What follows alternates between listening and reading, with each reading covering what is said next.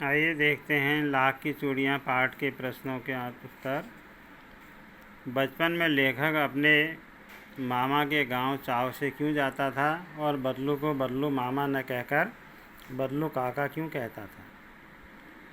बचपन में लेखक अपने मामा के गांव चाव से इसलिए जाता था क्योंकि लेखक के मामा के गांव में लाख की चूड़ियाँ बनाने वाला कारीगर बदलू रहता था।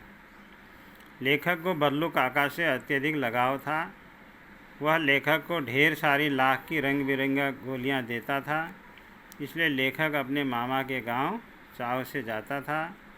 गांव के सभी लोग बदलू को बदलू काका कहकर बुलाते थे, इस कारण लेखक भी बदलू मामा न कहकर बदलू काका कहता था। दूसरा प्रश्न, वस्तु विनिमय क्या है? विनिमय की प्रचलित पद्धति क्या है? वस्तु विनिमय में एक वस्तु को दूसरी वस्तु देकर लिया जाता था। वस्तु के लिए पैसे नहीं लिए जाते थे, वस्तु के बदले वस्तु दी जाती थी। किंतु अब मुद्रा के चलन के कारण वर्तमान परिवेश में वस्तु का लेन देन मुद्रा के द्वारा होता है। विनिमय की प्रचलित पद्धति पैसा है। मशीनी युग ने कितने हाथ काट दिए हैं? इस पंक्ति में लेखक ने किस व्यथा की ओर संकेत किया है? तो इस पंक्ति में लेखक ने कारीगरों की व्यथा की ओर संकेत किया है कि मशीनों के आगमन के साथ कारीगरों के हाथ से काम धंधा छिन गया, मानो उनके हाथ ही कट गए हों। उन कारीगरों का रोज़गार इन पैतृक काम धंधों से ही चलता था। उसके अलावा उन्होंने कभी कुछ नहीं सीखा था। वे पीढ़ी दर पीढ़ी अपनी इस कला को बढ़ाते चले आ रहे हैं और साथ में रोजी रोटी भी चला रहे हैं। परंतु मशीनी युग ने जहां उनकी रोजी रोटी पर वार किया है, मशीनों ने वहीं लोगों को बेरोज़गार बना दिया। चौथा प्रश्न है, बदलू के मन में ऐसी कौन सी व्यथा है जो लेखक से छिपी न रह सकी?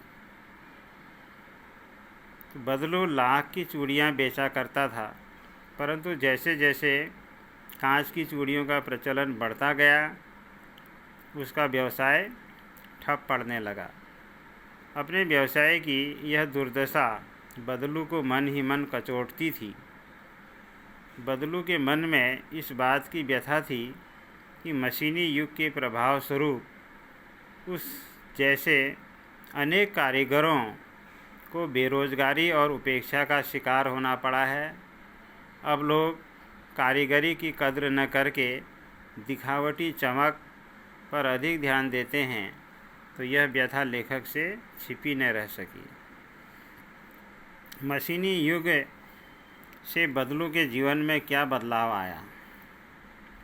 मशीनी युग से बदलू के जीवन में ये बदलाव आया कि बदलू का व्यवसाय बंद हो गया और वह बेरोज़गार हो गया।